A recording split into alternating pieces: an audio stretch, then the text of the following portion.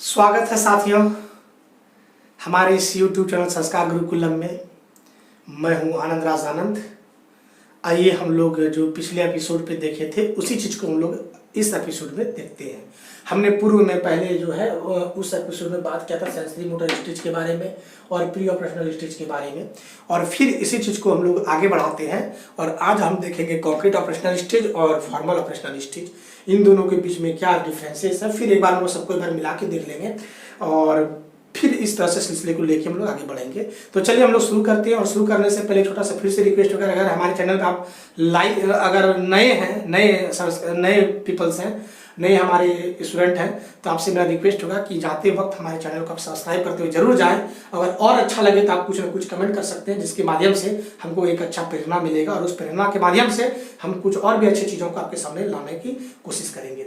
तो चलिए साथियों, हम लोग समय को बर्बाद नहीं करते हैं, हम चलते हैं अपने कर्तव्य की ओर और आप भी जो है चले अपने कर्तव्य की ओर। चलिए दोस्तों, तो आज हम लोग बात करते हैं कंक्रीट ऑपरेशनल स्टेज के बारे में बात करते हैं। तो ये कंक्रीट ऑपरेशनल स्टेज क्या है, आज हम इस पे बात करेंगे।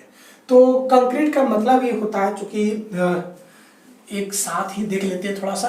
कंक्रीट का ही हिंदी होता है मूर्त, और इसको हिंदी में कहते हैं हम लोग, हिंदी में देखिए, इसको थोड़ा सा यहाँ पे मिटा देता हूँ मैं, ठीक है। अब जो भी चीजें पढ़ेंगे हम लोग तो यहाँ से इधर पढ़ेंगे। तो इसको हिंदी में कहते हैं हम लोग मूर्त संक्रियात्मक अवस्था।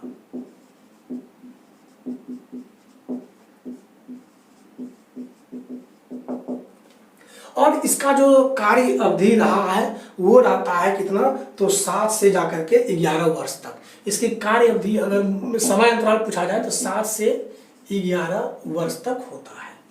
अब यहाँ पे ध्यान दीजिए, कंक्रीट का ही मतलब होता है मूर्त। यहाँ पे 2 वर्ड को समझने की आप कोशिश करेंगे, एक है कंक्रीट और दूसरा है एब्स्ट्रैक्ट। थोड़ा सा समझिएगा, कंक्रीट क्या होता है और एब्स्ट्रैक्ट क्या होता है। इसको हिंदी में तो कहते हैं मूर्त, इसको कहते हैं अमूर्त। कंक्रीट क्या है कि वो ऐसा चीज है जो ठोस की अवस्था में पाई जाती है, जिसको हम अपनी आंखों से देख सकते हैं, जिसको हम छू सकते हैं, उसको क्या कहते हैं, कंक्रीट कहते हैं। और एब्स्ट्रैक्ट क्या होता है, जिनको हम जिसको हम देख नहीं सकते हैं, जिसको हम छू नहीं सकते हैं, जिनको हम स्पर्श नहीं कर सकते हैं, ये सारी चीजें जो हमारे सामने नहीं हो सकता है उसको हम लोग क्या कहते हैं, एब्स्ट्रैक्ट करते हैं। मतलब कि जिसके बारे हम सिर्फ और सिर्फ कल्पना कर सकते हैं, हाइपोथेटिकल आइडियाज उनके ऊपर में डेवलप कर सकते हैं, उसी को कहते हैं हम लोग एब्स्ट्रैक्ट। तो हम बात करेंगे यहाँ पे मूर्त संक्रियात्मक अवस्था। हमने चूंकि पढ़ लिया है प्री ऑपरेशनल, कॉन्क्रीट ऑपरेशनल, ये सारी चीजें हम लोग देखेंगे। तो कॉन्क्रीट ऑपरेशनल, अब देखिएगा बच्चा यहाँ पे ये बातें क्या चीज है, यहाँ पे बच्चा वो तर्क नहीं कर पा रहा था, तर्क कर नहीं पा रहा था। और तर्क अगर करता भी था तो एक क्या था, ट्रांसडिक्टिव रीजनिंग कर पाता था, वो पार्श्व तर्क को प्रस्तुत करता था, जो कि गलत होता था। लेकिन यहाँ बच्चा तर्क कर पाता है, और यहीं से कहते हैं कि तर्क जो है, तार्किक सोच जो है कहाँ से शुरू होती है। आपसे क्वेश्चन में पूछा जाएगा कि तार्किक सोच कहाँ से स्टार्ट होती है, कहाँ से शुरू होती है, तो कहेंगे हम लोग कॉन्क्रीट ऑपरेशनल स्टेज से इसकी शुरुआत होती है। पहला बात। अब यहाँ पे कॉन्क्रीट ऑपरेशनल स्टेज में हम लोग ये देखते हैं कि बच्चों में जो है तर्क प्रस्तुति होती है, तर्क जो है वो अच्छे से कर पाते हैं। लेकिन तर्क वो कर कैसे पाते हैं, तो हमारे जिन प्याजे महोदय कहते हैं कि जब उनके सामने में कोई सूचनाएं हो, जब उनके सामने में इंफॉर्मेशन हो, और उस इंफॉर्मेशन के आधार को लेकर ही वो क्या कर पाता है, तो तर्क कर पाता है। तो याद रखिएगा, लॉजिकल थिंकिंग तो शुरू होती है, लेकिन ये कैसे होती है, तो हम कहेंगे कि उनके सामने में जो उपस्थित, मतलब कि जो कॉन्क्रीट ऑब्जेक्ट है ना, आप लिख लीजिएगा इस मीडियम वाले, कॉन्क्रीट ऑब्जेक्ट मतलब logical thinking begins due to the presence of concrete object.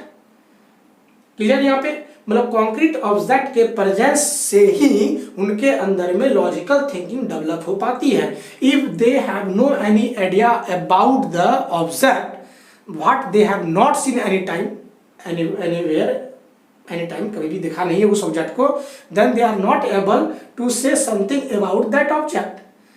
इसका मतलब है कि अगर उनके सामने में कोई उपस्थित कोई सूचना है या ऑब्जेक्ट है, तो ही उसके बारे में वो क्या कर सकते हैं, तो वो तर्क प्रस्तुत कर सकते हैं, अपने आइडियाज डेवलप कर सकते हैं। तो logical thinking begins due to the presence of the concrete object और द कंक्रीट इंफॉर्मेशन। अगर उनके सामने में कोई घटना, कोई इंफॉर्मेशन अगर होती है तो ही उसके आधार पे वो क्या करते हैं, तो उनके आधार पे वो जो है तर्क को प्रस्तुत कर पाते हैं। तो याद रखिएगा कि मतलब कि कोई भी मूर्त अवस्था, जो मूर्त की जो वस्तु है, मूर्त वस्तु की उपस्थिति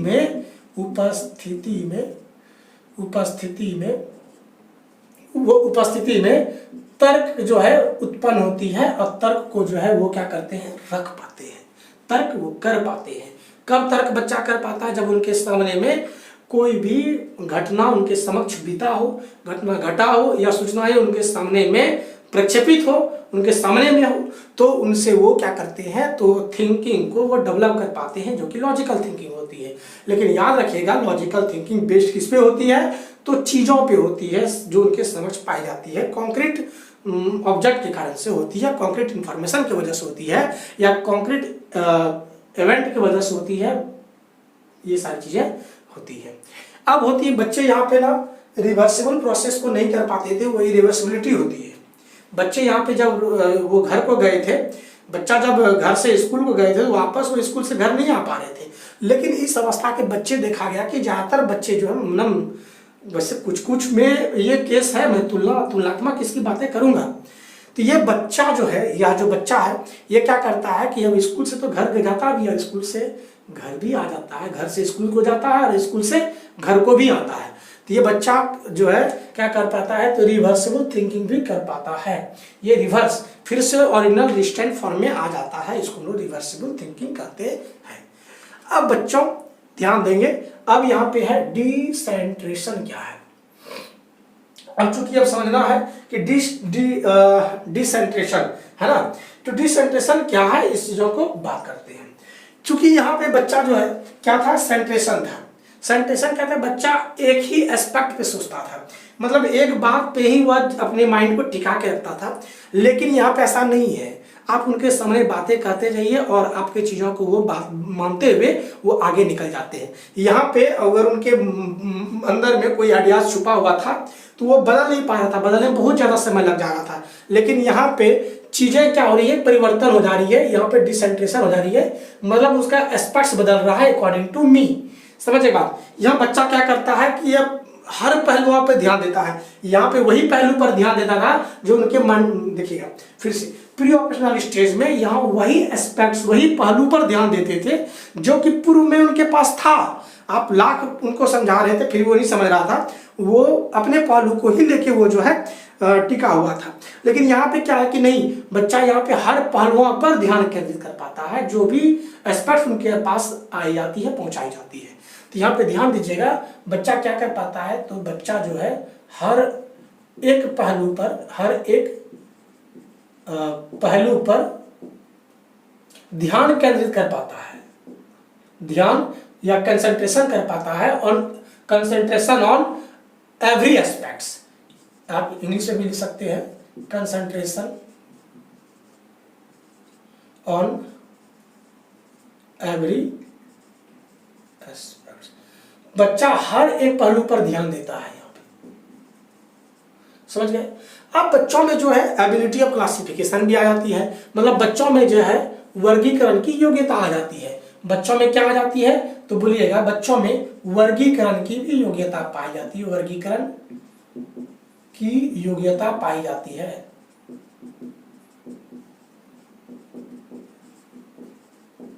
चूंकि क्लासिफिकेशन बच्चे जो है यहाँ पे क्या करते हैं, तो वो योग्यता को प्राप्त कर पाते हैं, उनके पास ऐसी योग्यता होती है, वो चीजों को क्या करता है, क्लासीफाई कर पाते हैं, क्लासीफाई कर अच्छे तरह से कर पाते हैं उन चीजों को।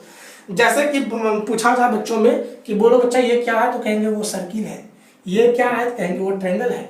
ये सारी चीजें उनको जो है वो अलग कर पाते हैं। ये क्या है, तो आप वो मतलब सारे चीजें ये बता सकते हो वो क्या है, ये क्या है, ये किसकी फिगर है, ये मतलब कि कौन सा रेक्टेंगल है, क्या है, चीजें वो सबको क्लासीफाई कर पाता है। बच्चों में ये डेवलप जो वर्गीकरण की योग्यता जो है बच्चों में पाई जाती है। यहाँ पे ध्यान दीजिएगा, अगर आपको एग्जाम में ये सारे ऑप्शंस में आए तो आपको समझना मेन होता है, तो ये बात ध्यान रखिएगा। तो कौन सी अवस्था, वैसी कौन सी अवस्था होती है जो बच्चों में जो सेंट्रेशन पाई जाती है, तो आप बोलिएगा हमारा कंक्रीट ऑपरेशनल स्टेज है। एबिलिटी ऑफ क्लासिफिकेशन किसे पाया जाता है, तो हमारा कंक्रीट ऑपरेशनल स्टेज में पाया जाता है, मूल संख्यात्मक अवस्था में पाई जाती है। अब सैरिएशन चूंकि क्या होता है, इस चीज को हम लोग देखते हैं। सैरिएशन को समझने की कोशिश करते हैं। हिंदी सैरिएशन का क्या होता है भाई, एक बार प्यारे बच्चों आप सैरिएशन का हिंदी देख लीजिएगा। तो सैरिएशन SERIATION सैरिएशन, चूंकि मेरे को भी देखना पड़ेगा, मैं कभी आप लोग सर्च कर लेंगे, आप लोग खुद बुद्धिमान है, हिंदी एक बार देख लीजिएगा सैरिएशन का। लेकिन इसका मीनिंग क्या होता है मैं ये चीज बता देता हूं।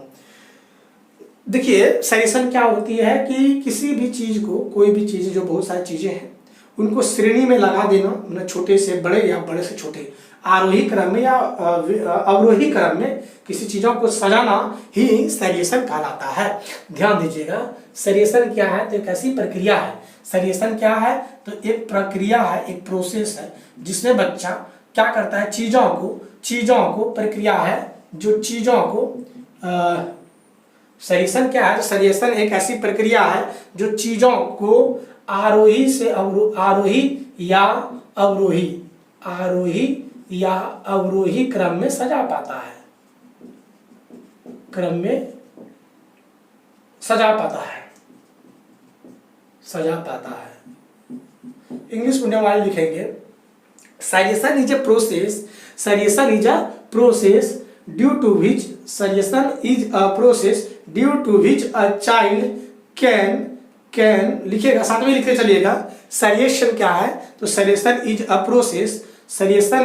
प्रोसेस ड्यू टू विच, है ना, लिखिए साथ में, seriation is a process due, अच्छा आप लोग वो पॉज करके लिख सकते हैं, ठीक, सैरिएशन, ठीक है, थैंक यू। तो सैरिएशन क्या है, तो seriation is a process due to which a child can perform और कीप इट इन असेंडिंग और descending form. This is known as seriation. बात समझ आपको आ गई होगी। फिर एक है ट्रांजिटिविटी, क्या होती है, इस बात को समझने की कोशिश करेंगे। ट्रांजिटिविटी क्या होती है, अब यहाँ थोड़ा सा आप समझिएगा। ट्रांजिटिविटी क्या है कि ये भी एक ऐसी प्रक्रिया है, जो चीजों को उनको क्या कर पाते हैं, तो बड़ा या छोटा या उनपे मतभेद कर पाते हैं या विभेद कर पाते हैं, डिफरेंशिएट कर पाते हैं, उसी को कहते हैं ट्रांजिटिविटी कहते हैं। ट्रांजिटिविटी क्या है, तो एक प्रक्रिया है, ये भी क्या है, एक प्रक्रिया है जो चीजों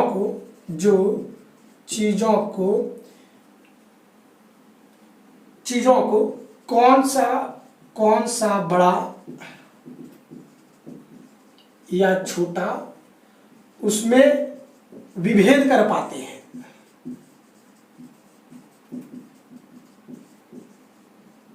वो क्या कहलाता है, ट्रांजिटिविटी कहलाता है। अब इस अगर इंग्लिश में आप लिखना चाहेंगे तो transitivity is a process due to which a child can perform the object which one is larger than the other और which one is smaller than the other one. कहने का मतलब है, जैसे मान लिया जाए कि उदाहरण के तौर देते हैं कि एक जो है, एक छोटी सी बॉल है यहाँ पे, एक इससे भी बड़ी बॉल है और एक बॉल और है जो कि इससे भी बड़ी है। मान लिया जाए ये बॉल A है, ये बॉल B है, ये बॉल C है।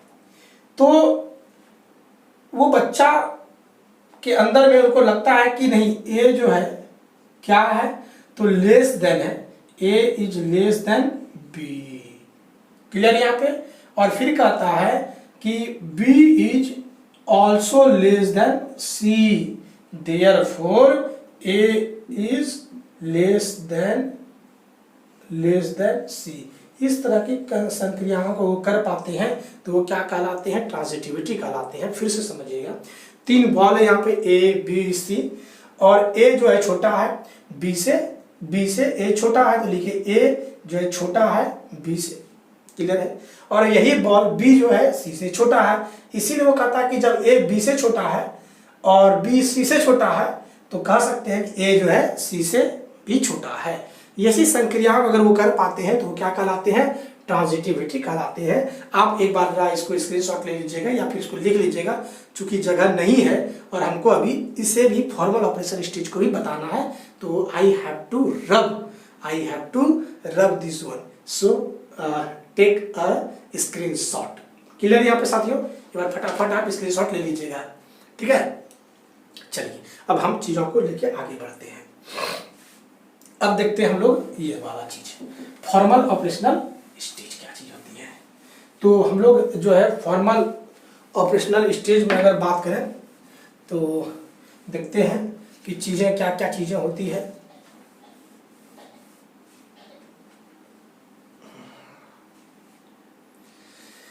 एक बार हम लोग देखते हैं फॉर्मल ऑपरेशनल स्टेज पे, इसको हिंदी में क्या कहते हैं। तो हिंदी में इसको लोग फॉर्मल, चूंकि औपचारिकता, फॉर्मल का मतलब होता है औपचारिक, तो लिखेंगे हम लोग यहाँ पे, हिंदी इसका नाम होगा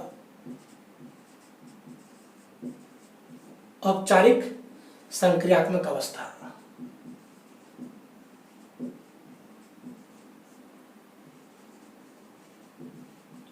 और इसमें अगर समय की बात किया जाए, चूंकि उसका समय 7 से 11 वर्ष था, तो ये 11 वर्ष से लेकर पूरा कंप्लीट किशोरावस्था तक चल जाती है,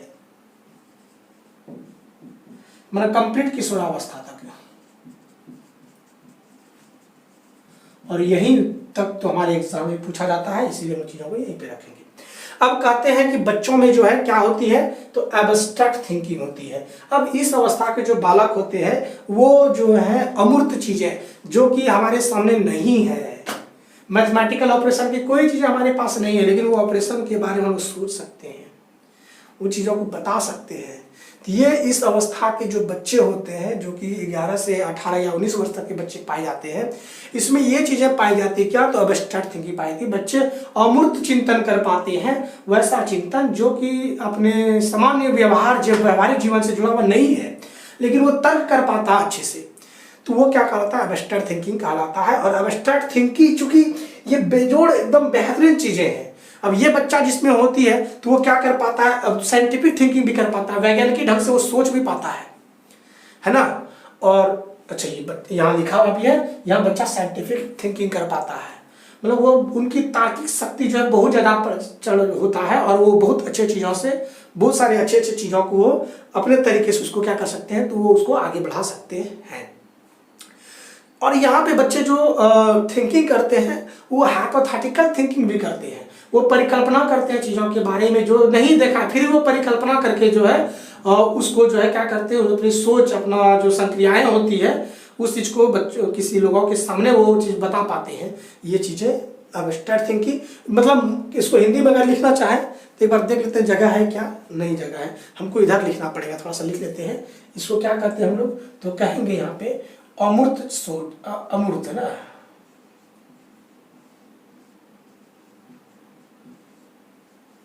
अमूर्त सोच या चिंतन, वो अमूर्त चिंतन कर पाते हैं। फिर वो क्या कर पाते हैं, तो वैज्ञानिक चिंतन कर पाते हैं।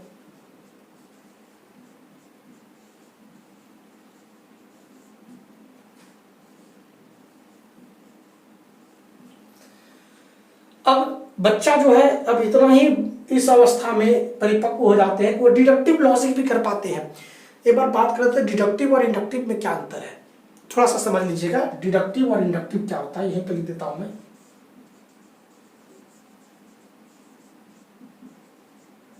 इंडक्टिव और एक होगा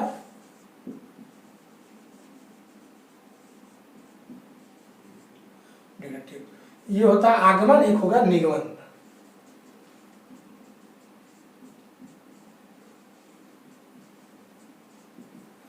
इंडक्टिव मतलब आगमन क्या होता है, बच्चों के सामने हम लोग क्या करते हैं कि बहुत सारे जो है एग्जाम्पल्स देते हैं, और एग्जाम्पल्स के माध्यम से वो एक तर्क को दे पाते हैं, तो उसको हम लोग कहते हैं इंडक्टिव कंक्लूजन या इंडक्टिव थिंकिंग, या फिर कह सकते हैं आगमन चिंतन। आगमन चिंतन क्या है, तो हम कहेंगे इंडक्टिव थिंकिंग क्या है। इंडक्टिव थिंकिंग क्या है, तो इंडक्टिव थिंकिंग में, आगमन चिंतन में, आगमनात्मक चिंतन में क्या होता है कि उनके सामने बहुत सारे विकल्प रहते हैं और उन विकल्प के माध्यम से वो क्या करते हैं, तो और भी हाइपोथेटिकल चीज़ें जो है वो डेवलप कर पाते हैं, सोच डेवलप कर पाते हैं। उसको हम लोग कहते हैं इंडक्टिव। मतलब कि बहुत सारे एग्जाम्पल से देखकर एक निष्कर्ष को निकालना, वो क्या कहलाते हैं, इंडक्टिव कहलाते हैं। बहुत सारे एग्जाम्पल के माध्यम से एक रूल्स का निर्माण कर लेना, वो भी मेरा आगमन है। बहुत सारे आपके पास विकल्प दे दिए किसी काम को करने के लिए, और उस विकल्प के आधार को लेकर आप नया सोच डेवलप कर पाते हैं, उसको भी हम लोग आगमन कहते हैं। लेकिन निगमन क्या है, जहां पे एक क्या है, जहां पे आपके सामने में क्या है, एक एब्स्ट्रैक्ट आइडियाज है, आपके सामने में एक जनरल रूल है, उस रूल्स को जो है आप क्या करते हैं, डिफरेंट एग्जांपल्स के माध्यम से किसी सामने प्रस्तुत करते हैं, तो वो मेरा निगमन है। समझिएगा, आपके सामने हमने एक तर्क दिया और उस तर्क को लेके आप उस तर्क के आधार पर आप बहुत सारे हिस्सों में उसको बांट के किसी सामने प्रस्तुत कर रहे हैं, वो मेरा निगमन है। मतलब क्या है कि जनरल रूल से आप जब एग्जांपल्स की ओर जाते हैं, मतलब एक आइडियाज को लेकर आप उनके डिफरेंट फॉर्म को लेकर सामने प्रस्तुत कर पाते किसी व्यक्ति के सामने, वो मेरा निगमन कहलाता है। दोनों में अंतर समझिएगा। आगमन क्या है, तो एग्जाम्पल से रूल्स की ओर जाना, वो क्या है, आगमन है। बहुत सारे विकल्प के माध्यम को लेकर एक नया सोच का निर्माण करना, वो मेरा आगमन है। फिर हमने बोला कि जब बहुत सारी समस्याएं होती है, बहुत सारी समस्या को लेकर उसका एक निष्कर्ष निकालना, वो भी मेरा आगमन है। लेकिन एक निष्कर्ष है और एक निष्कर्ष से उसको अलग अलग पार्ट में भाग करके किसी समय प्रदर्शित करते हैं, वो मेरा निगमन है, डिडक्शन है। डिड्यूस का मतलब होता है कम करना। एक विशाल कोई चीज है, उसको भागों में बांट देना, उसको रिड्यूस कर देना, डिड्यूस कर देना, उसको कहते हैं डिडक्शन। तो एक फॉर्मूला है, एक फॉर्मूला को अलग अलग तोड़ के दिखा दिए, इसका डेरिवेशन दिखा दिए, तो ये मेरा निगमन है। समझ गए बात को ना। अब देखिए बच्चा क्या कर पाता है इस एज में, वो डिडक्टिव लॉजिक डेवलप कर पाता है। वो जो है उनके सामने जो फार्मूलाज होते हैं, उस फार्मूलाज के बहुत सारे एग्जांपल्स निकाल पाते हैं। जैसे कि आप कभी क्लास में जाइएगा, जब पढ़ाइएगा, तो आपके अंदर में ये सोच डेवलप होनी चाहिए कि बच्चों को हम बहुत सारे एग्जाम्पल दे सके, तो ये क्या कहलाएगा, डिडक्टिव लॉजिक। और ऐसा पाया जाता है कहाँ से, तो 7 से 11 वर्ष के बच्चों में पाई जाती है, और बाद में तो पाई जाती है, लेकिन शुरुआती दौर में ये स्टेज हमारे जिन प्याजी साहब कहते हैं कि डिडक्टिव लॉजिक जो है, निगमन तर्क है ना, निगमनात्मक तर्क हिंदी कहते हैं इसका, कि निगमनात्मक तर्क बच्चों में पाई जाती है। अब एक है एडोलसेंट ईगोसेंट्रिज्म। ये क्या चीज है, इसको हिंदी में कहेंगे हम लोग किशोरीय अहम केंद्रितवाद। किशोरीय अहम केंद्रितवाद, किशोरीय हिंदी में लिख लीजिए इसको,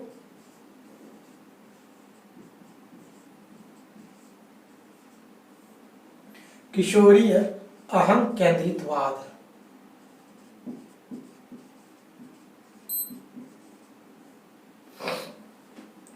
किशोरीय अहम केंद्रितवाद क्या है, अब ध्यान समझिएगा। इस स्टेज के जो बच्चे होते हैं ना, थोड़ा सा हम एक बार बैठ जाते हैं और बैठ के आपसे थोड़ा सा हम वार्तालाप करते हैं, है ना।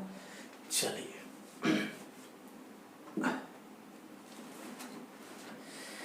देखिए इस स्टेज के बच्चे क्या होते हैं, तो हम कहते हैं कि जो एडोलसेंट ईगोसेंट्रिज्म है, इस स्टेज के बच्चे ये हमेशा यही सोचते हैं कि उनके बारे में लोग क्या सोचते हैं। एक बार इसको अच्छे से देखते हैं थोड़ा सा, क्योंकि लगातार वीडियोस वगैरह अपलोड करते हैं। साथ ही मैं बता दूं, चूंकि होता क्या चीजें हैं कि चूंकि हम एक नए यूट्यूबर हैं और हमारी ऑफलाइन क्लास बंद है, जिसके वजह से जो है हम बच्चों के साथ जुड़ नहीं पा रहे हैं, तो हमको लगा के नहीं टेलीग्राम पे यूट्यूब में आते हैं और यूट्यूब से ही पढ़ाते हैं। तो बहुत सारी समस्याएं आ रही है, क्योंकि हमको उतना आइडियाज़ नहीं है चीज़ों के बारे में, और लगा कि नहीं अभी इन सारी चीज़ों के माध्यम से जो है आप लोगों के साथ जुड़े। और चूँकि टेक्निकल फील्ड में हम थोड़ा नए थे, तो जिसकी वजह से समस्याएँ आ जा रही है, तो लगा कि नहीं चलिए आते हैं, जुड़ते हैं और आप लोगों को पढ़ाते हैं। तो हमने ये ठाना है कि इस पूरे पेडागॉजी सेक्शन को मैं आपके बीच रख दूं, और अगर ऑफलाइन क्लास स्टार्ट भी होती है तो फिर भी उन सारे बच्चों को कहेंगे कि हमारी पेडागॉजी सेक्शन आप यूट्यूब से ही पढ़ लीजिए। बाकी और भी चीज़ें हैं वो वहाँ से हम पढ़ा सकते हैं। तो साथियों होता क्या चीज़ है, बात समझने की कोशिश कीजिएगा। अब यहाँ आते हैं टॉपिक पे। तो फिर हाँ, एक बात मैं चीज़ तो बोलना ही था, क्योंकि मेरा चैनल न्यू है तो हम चाहेंगे कि हम अपने सभी साथियों से बोलना चाहेंगे कि हमारे चैनल को ग्रो करने में अपना योगदान जरूर दें, ताकि हम और भी अच्छे अच्छे चीज़ों को आपके साथ हम ला सकें और आपको जो है जो फायदा होता है, जो प्रॉफिट होता है in the path of success, वो आपके तक हम पहुँचा सकें। तो चाहेंगे साथियों हमारे इस वीडियो को आप और लोगों तक पहुंचाएं, हमारे चैनल को लोगों तक पहुंचाएं। और मैं वादा करता हूं, एक शिक्षक होने नाते मैं वादा करता हूं कि पूरा का पूरा पेडागॉजी सेक्शन, कंप्लीट पेडागॉजी का सेक्शन जो है मैं यूट्यूब पे छोड़ के जाऊंगा और आप लोगों के लिए सब दिन के लिए फ्री रहेगी। इसीलिए मैं चाहूँगा कि आप जितने भी तमाम भारत के जो वासी हैं, भारत के जो सारे बच्चे हैं, वो हमारे साथ जुड़ें और उनके तक हम पहुँचाने की कोशिश करें। और याद रखिएगा कि कभी भी हम जो है मतलब कि चूँकि ऑफलाइन तो ज़बरदस्त होती है, हमें कोई दिक्कत नहीं है, लेकिन जो ऑनलाइन होती है वो आपको हम पहुंचाने की कोशिश करते हैं ताकि हम आपके साथ जुड़ सकें, पूरे भारत के बच्चों के साथ हम जुड़ सकें। हम चाहें कि हमारे वीडियोस को आप ज़्यादा से ज़्यादा शेयर करें ताकि लोगों तक पहुँचे और उनको जो है अपना अनुभव उनके तक पहुँचा पाए, हमारे अंदर जो ज्ञान उनके तक पहुँचा पाए। तो चलिए साथियों, इस मानववाद के निर्माणवाद में आपका बहुत बहुत स्वागत है और मैं लगातार प्रयास करूँगा कि आप लोगों तक जो ज्ञान है वो चीज़ आपके तक हम पहुंचाएं। तो आइए हम लोग साथियों हम लोग देख लेते हैं जो अंतिम पॉइंट, अंतिम तथ्य है वो है एडोलसेंट ईगोसेंट्रिज्म। ये क्या होती है? किशोरीय जो किशोरावस्था होती है, इस अवस्था में बच्चा अपने आप को लेके ज़्यादा जो है क्या रहते हैं, तो जागरूक रहते हैं, अपने आप को लेके ज़्यादा जो है यहाँ पे प्रबल होते हैं। और आप देखे होंगे कि बहुत सारे बच्चे इस स्टेज में क्या करते हैं कि चले जाते हैं कहाँ पे, शादी ब्याह में आप देखे होंगे। तो जो भी किशोर किशोरियाँ हैं तो उनके लिए चीज़ें हैं। तो आप देखें कि वो बच्चे जब शादी पार्टी में जाते हैं तो वो अच्छे अच्छे कपड़े पहन लेंगे, सेंट ड्यू वगैरह सब पूरे बॉडी में मार लेंगे, घड़ी लगा लेंगे, बहुत अच्छा सा हेयर कर लेंगे, बाल में वो आता है गोंद आता है बाल में लगाने वाला गोंद, वो लगा लेंगे। अगर बच्चियाँ हैं तो अगर हमारी बच्चियाँ हैं, अगर बहनें हैं तो अगर जब भी जाएंगी तो लिस्पिटिस लगा लेंगे, इसमें होठ में लिस्पिटिस लगा के चल जाएंगे, बड़े बड़े बढ़िया से कपड़ा पहन के चल जाएंगे और उनको लगेगा कि दुनिया जो है वो सिर्फ हम ही को देखते हैं और जो भी बात करते हैं हम ही को बात करते हैं। अब देखिएगा शादी ब्याह में अगर वो जा रही है तो जाने के बाद उनको लगेगा कि वो आदमी जो देख रहे हैं ना वो हम ही को देख रहे हैं और मेरे ही बारे में चर्चा कर रहे हैं और बड़ी इठला फुटला के चलेंगी। हमारी जो बहनें हैं अब लगेगा कि नहीं मेरे बारे में बात कर रहे हैं, ओ माय गॉड। अब थोड़ा सा तो प्रेजेंस ऑफ माइंड एकदम जो वो जो आगे जो हेयर निकला रहा था और भी अच्छे से एकदम डिजाइन दे के और थोड़ा चले भी तो मटक के चले। और जो लड़का लोग एकदम बढ़िया से पॉकेट में देखे एकदम बड़ा स्टाइल से छाती फुला के चल रहे हैं, लगता है दारा सिंह का भतीजा पार हो रहा है। ये सारी चीजें उनको देखने को मिलता है। तो वो हमेशा सोचते हैं कि लोग जो बात कर रहे हैं तो वो उनके बारे में ही बात कर रहे हैं। There is no any person in the world who are not in a position to talk, not talk about him. सारे लोग उसी के बारे में बात कर रहे हैं। ये चीजें वो उनके मन में एक अवधारणा बन जाती है कि दुनिया जो कुछ भी है वो हम मेरे लिए हमारे पे ही बात कर रहे हैं और वो उसमें अच्छे दिखने की कोशिश करते हैं। अगर शादी पार्टी में गए, अगर यहाँ तक होते हैं कि मरकी में भी गए हैं तो बड़ा बच्चे लोग जब बन ठन के जाते हैं, क्रीम वगैरह मार के चली जाएंगी, बच्चियाँ जाएंगी, महिलाएं विशेष क्या आज ये चीज़ तो महिलाएं जो है बुढ़ापे में भी जाती हैं, वो लगा लेगी लिपस्टिक है ना, मुंह में वो चिपस्टिक क्रीम क्या कहते हैं उसको, फेयर लवली, भिको टर्मरिक, वो लगा के चल जाएंगी। कितनों काली लेंगे फिर भी पोत लेंगी, चल जाएंगी वहाँ दिखाने के लिए कि देखो मरकी हम रोने। देखते होंगे कि वो चीज वो जो है जो उस स्टेज के जो बच्चे होते हैं वो ज़्यादा अपने आप को उनको लगता है कि नहीं दुनिया जो है उनके बारे में ही बात करते हैं। तो ये सारी चीज़ें होती है। तो आपको आई होप कि ये सारी चीज़ें समझ गए होंगे आप कि हम कहना क्या चाहते हैं और जिन पे आज क्या कहना चाहते हैं मूल रूप से।